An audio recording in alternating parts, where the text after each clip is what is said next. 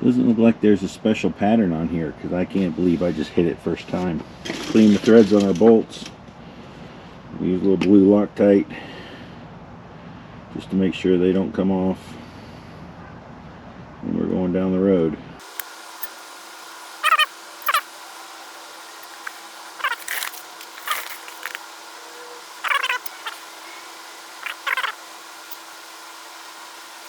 And just so you know, if you ask to borrow my chapstick, this is what you're going to get.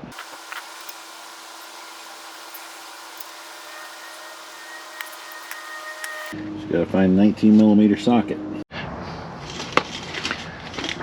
Now, in case you didn't know, a lot of socket sets anymore don't repeat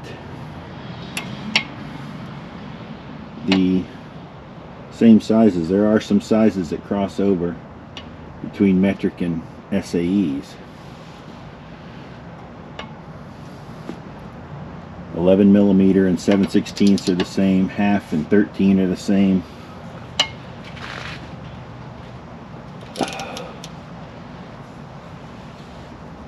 I'm gonna have to get something in here to lock this up. I'm waiting on my part of the tool coming from the jungle is, let me go back to this one, is a flywheel lock.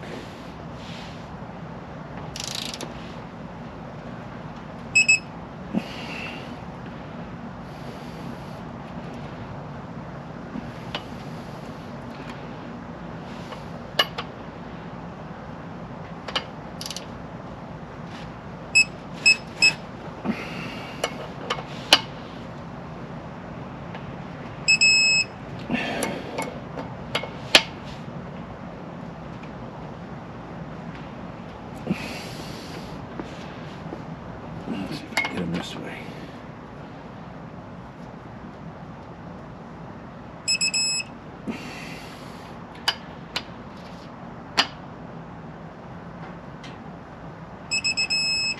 Okay. Ultimately, you got to go up to 83 foot-pounds, which is just monstrous. I won't be able to go any farther than this without a flywheel lock. But you see the process, even though it looks kind of haphazard the way I did it. But I basically went in a star pattern. Okay, so it's a new clutch disc, new pressure plate, but old flywheel. So it's not too bad. It drove fine. I don't see any hot spots. So we're just gonna rough up this surface so the new plate breaks in a little better.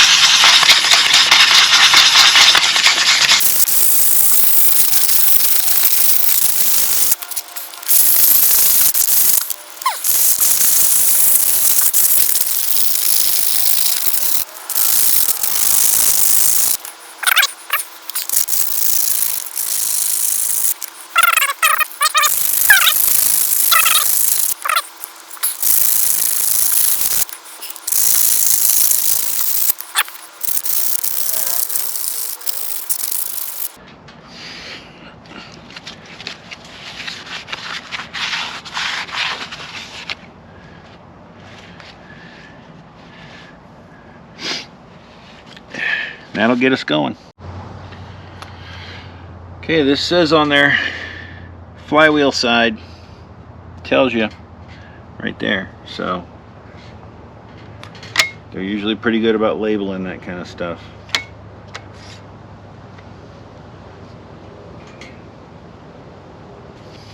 Now there's so many holes in here.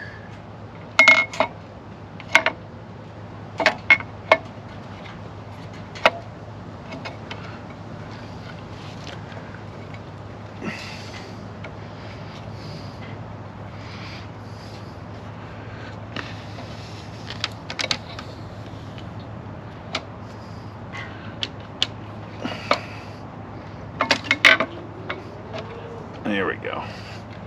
Those dowels can cause you problems. In fact, it still causes me problems if you don't go on perfectly straight with it. There we go. Well, just have to motivate it a little. There we go.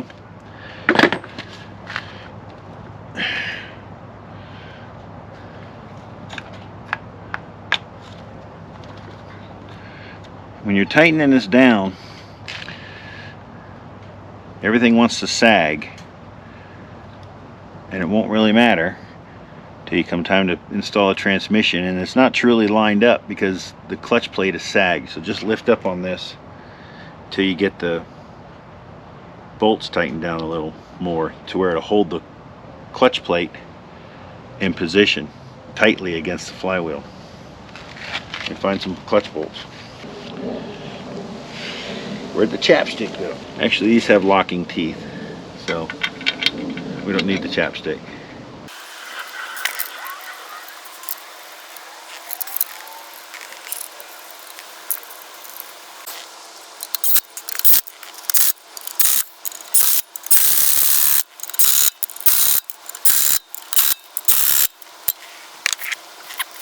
Now I need to find an impact, my 10mm impact wrench, because we're just gonna give her the beans.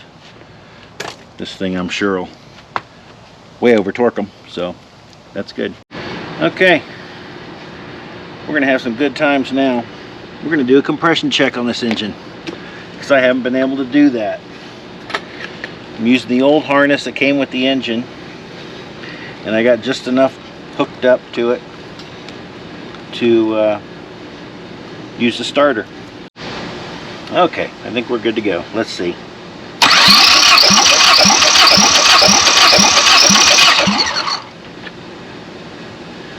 $180. That'll do donkey. Let's hit the other 3.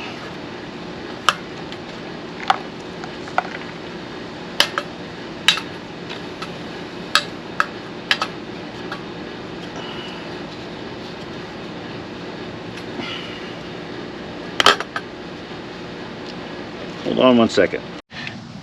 Okay, here we go again. Cylinder 4.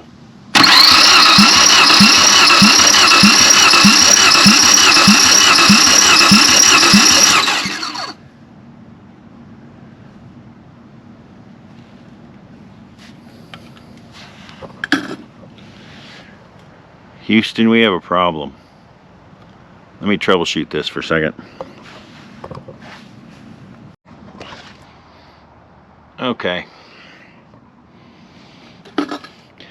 I may have had my finger on the Schrader or something. Okay, so this looks like it's going to be a stout little motor, which is a good deal. We have oil pressure. Looks like we, oh, I was going to say, it looks like we woke up our pressure switch, but I don't know that we did. 12.5 ohms. So, might have to trade a motor to motor. I'll ohm out the other motor one and see what it ohms out at. But we're still pressing on. Looks like we made a decent purchase here. Alright, it's day 2 of the great engine swap. We're getting ready to start up, but I got to do some preliminary prep. One is to grease up hands, arms, if you're wearing shorts, knees, all the way up your forearms. You think, why? Why do you do that? Well, because it makes getting the grease off at the end of the day a whole lot easier.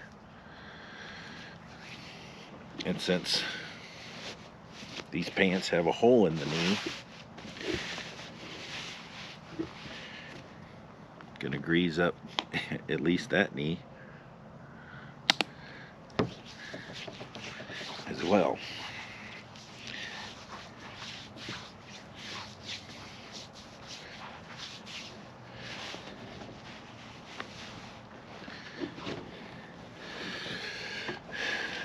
We're waiting on our timing, valve train timing tools from the jungle.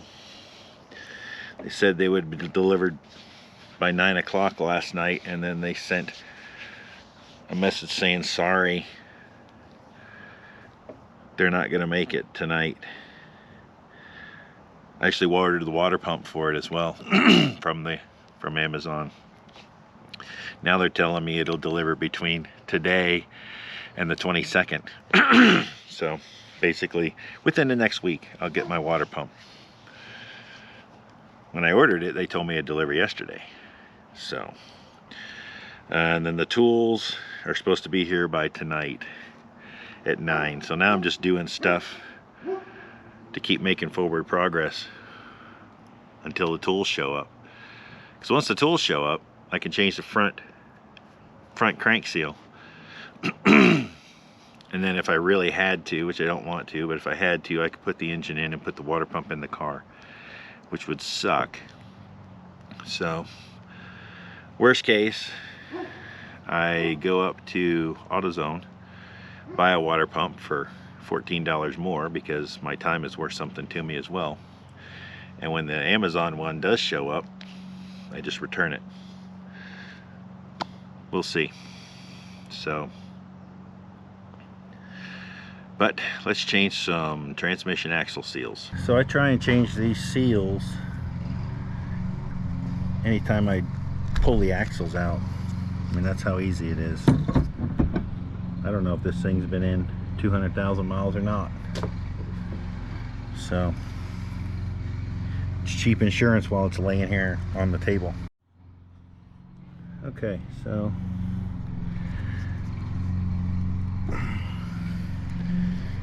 this one actually seems like it'll push in by hand, which is not normally the case.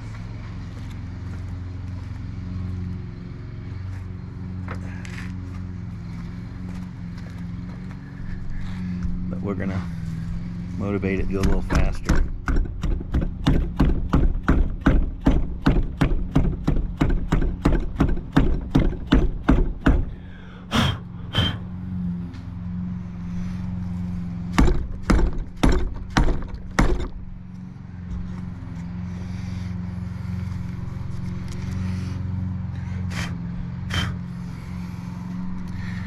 That's all there is to it. Luckily, this thing is vomiting what's a little bit of fluid is still in it on my tabletop, so we're gonna lube up the lip. Sorry if you're getting all shaky, getting seasick. But there you have it. It's that easy. This one might even be more of a wild ride than the other one. I don't know. We'll see.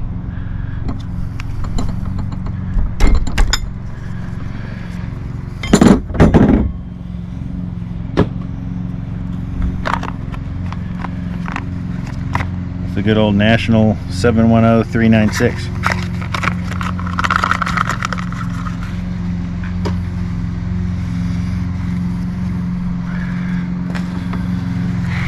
Wipe this out.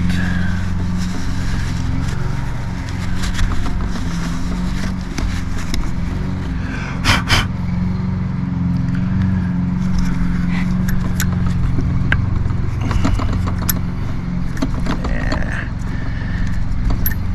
Gotta kind of go in square with it. Or it'll go in a whole lot easier if it's square. Like I said, this one will almost go in.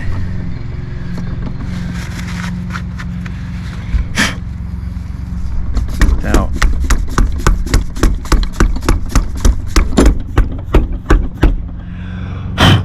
There you have it. Once again, from our oil slick on the top of the table here. Lube that up in case I don't remember when it comes time to stuff the axles in. And we're done.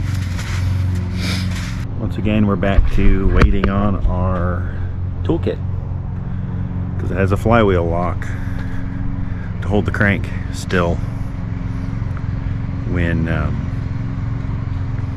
we're doing timing chain timing. So I'm just trying to do little things that need to be done while I'm waiting, back to a stopping point. So I might as well clean up some of my filth around here. You don't want to watch that. Cleaning's never fun or entertaining. All right, there's one other thing I can show you. So on the back of this throwout bearing, there's these two little, let me get you in view. Hold on. Let me put you down so I can have both hands going here. You've got these two little clips. They're little latches. They're not very strong. They don't need to be.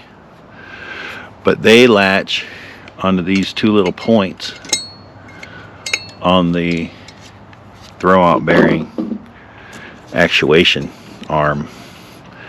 So this thing will go on any way you want, but this is the right way to make sure that everything goes together right. It goes just like that. But we're going to clean this and grease it first. So hold on.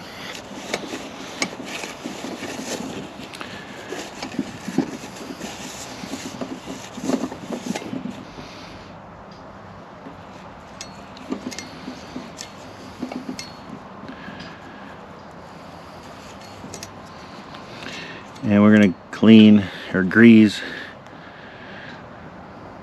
the friction points on the arm a little bit too.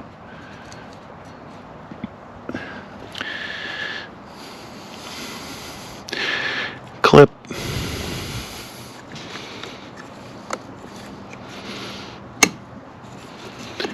And that is it. DUN done. All right. Do a little wiring education while we're waiting for tools as well. So the silver here on these two wires goes down to the crank position sensor, and the silver is actually a shield to get rid of or to protect it from unwanted nuisance transmissions. No, that's not a good word.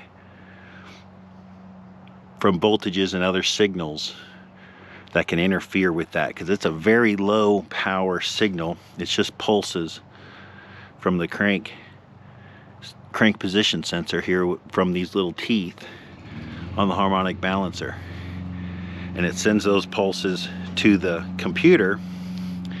And where is it? Right there. That gap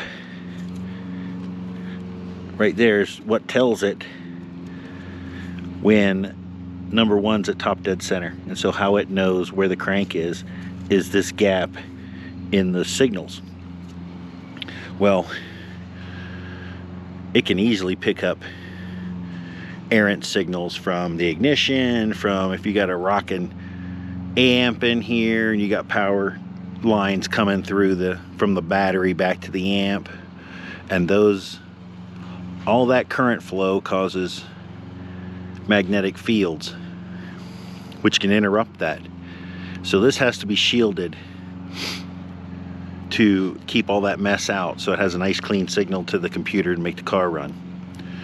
And so what we're going to do, because all this plastic harness wrap has crumbled, we're going to tape this up just to protect the wire some, because if that shield goes missing, even in just a part of it at the right spot, you can have all kinds of wonky signals which can make the car run crappy, and we don't want that, because Vivian's a thoroughbred. She's a racehorse, even with a new heart. So we're going to tape that up. All right, there's one other thing I'm going to show you, and that's the super secret. I don't know if it's super secret. Electricians not. We had to use this on aircraft, especially on the F-16, because tie straps weren't allowed to be used anywhere on the aircraft. So, and I'll tell you what, it is proven to be quite nice.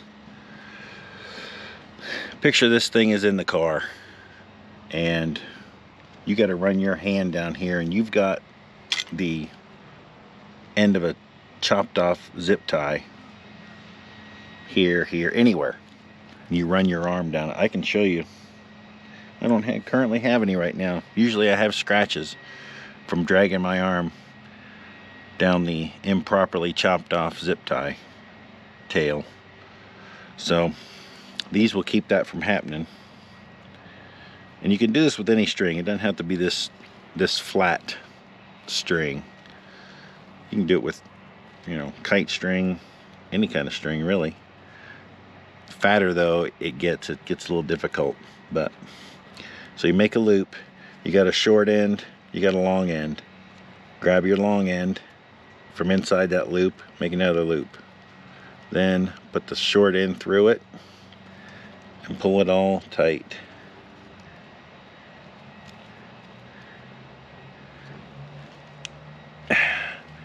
And then just do the standard square knot on top of it,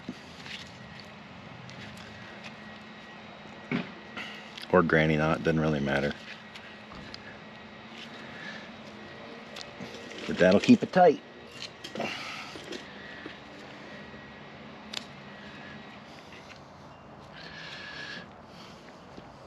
And there you go. This might be the most replayed part of this whole video. Who knows?